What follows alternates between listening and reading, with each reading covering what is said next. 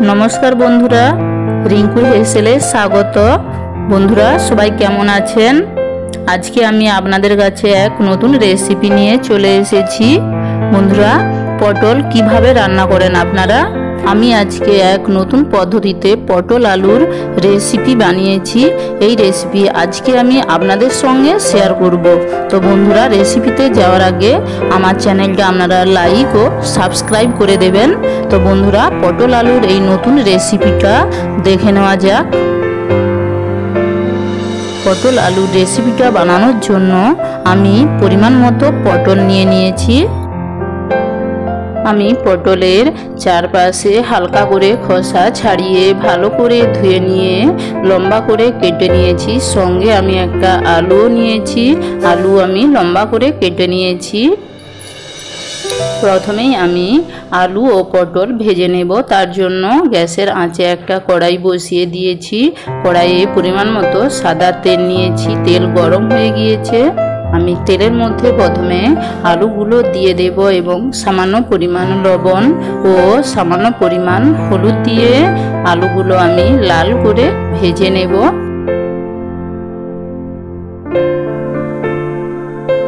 আমি 2 মিনিটের জন্য ঢেকে দেব আলুগুলো হালকা সেদ্ধ হওয়ার জন্য। তো বন্ধুরা দেখুন 2 মিনিট পর আমি ঢাকা সরিয়ে নিয়েছি। আমার আলুগুলো প্রায় ভাজা হয়ে গিয়েছে। হালকা নাড়াচাড়া করে আমি আলুগুলো একটা পাত্রে ঢেলে নেব। আলু তুলে নেওয়ার পর অবশিষ্ট তেলে আমি আবার পটলগুলো দিয়ে ভেজে নেব। আমি আবারও পটলের মধ্যে সামান্য পরিমাণ লবণ ও সামান্য পরিমাণ হলুদ গুঁড়ো দিয়ে হালকাভাবে নাড়াচাড়া করে আমি একইভাবে পটলগুলো ভেজে নেব।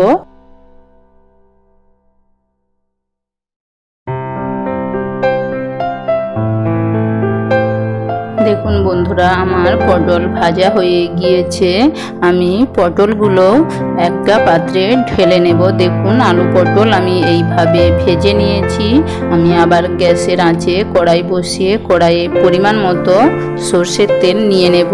তেল গরম হলে তেলের মধ্যে আমি সামান্য পরিমাণ 5 ফোড়ন, একটা কাঁচা লঙ্কা কেটে দিয়েছি ও পরিমাণ মতো পেঁয়াজ কুচি দিয়ে হালকা নাড়াচাড়া করে নেব।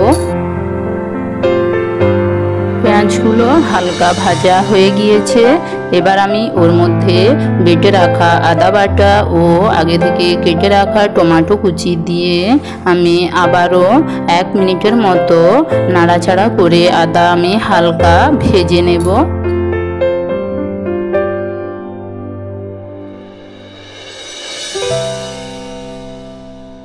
আদা আমার হালকা ভাজা হয়ে গিয়েছে। এবার আমি ওর মধ্যে পরিমাণ মতো হলুদ গুঁড়ো ও পরিমাণ মতো লঙ্কা গুঁড়ো, পরিমাণ মতো লবণ এবং শুকনো খোলায় ভেজে রাখা জিরে ধনে গুঁড়ো দিয়ে আমি আগে থেকে ভেজে রাখা আলু পটলগুলো ওর মধ্যে দিয়ে দেব। আমি আবারও সমস্ত মশলার সাথে ভালোভাবে নাড়াচাড়া করে আলু পটল মিশিয়ে নেব। এইভাবে আমি 1 থেকে 2 মিনিটের মতো নাড়াচাড়া করে নেব। গ্যাসের আঁচটা অবশ্যই লো ফ্লেমে রাখবো।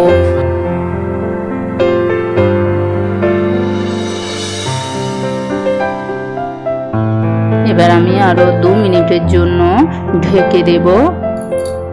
বন্ধুরা গ্যাসের আঁচটা অবশ্যই লো ফ্লেমে রাখতে হবে, নইলে সবজি পুড়ে যেতে পারে। 2 মিনিট পর ঢাকা সরিয়ে নিয়েছি।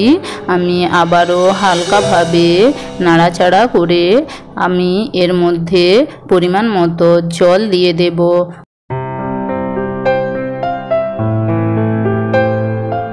আমি এখানে হাফ বাটির মতো জল দিয়েছি। জলের পরিমাণটা অল্প দিতে হবে, কারণ আলু পটল ভাজার সময়ই সেদ্ধ হয়ে গিয়েছে। এইভাবে আমি সমস্ত সবজি নাড়াচাড়া করে জলের সাথে ভালোভাবে মিশিয়ে নেব।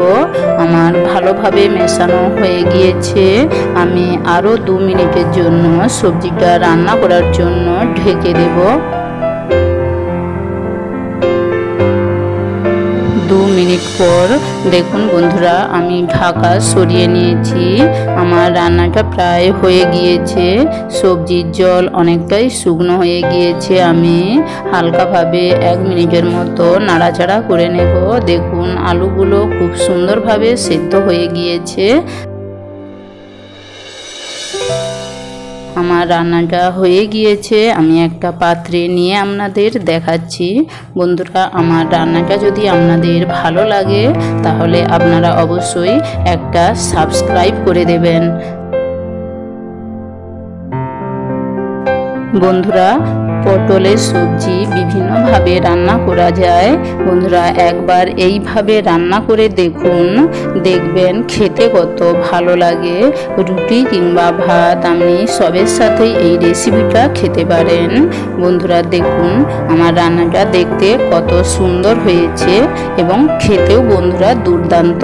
বাড়িতে একবার না বানালে আপনারা এর টেস্ট বুঝতেই পারবেন না যে এইভাবে রান্না করে এত সুন্দর পটলের টেস্ট হতে পারে। তো বন্ধুরা আজ তবে এতটাই, আবার দেখা হবে নতুন কোনো রেসিপি নিয়ে। ততক্ষণে আপনারা সবাই ভালো থাকুন, সুস্থ থাকুন এবং আমার সঙ্গে থাকুন।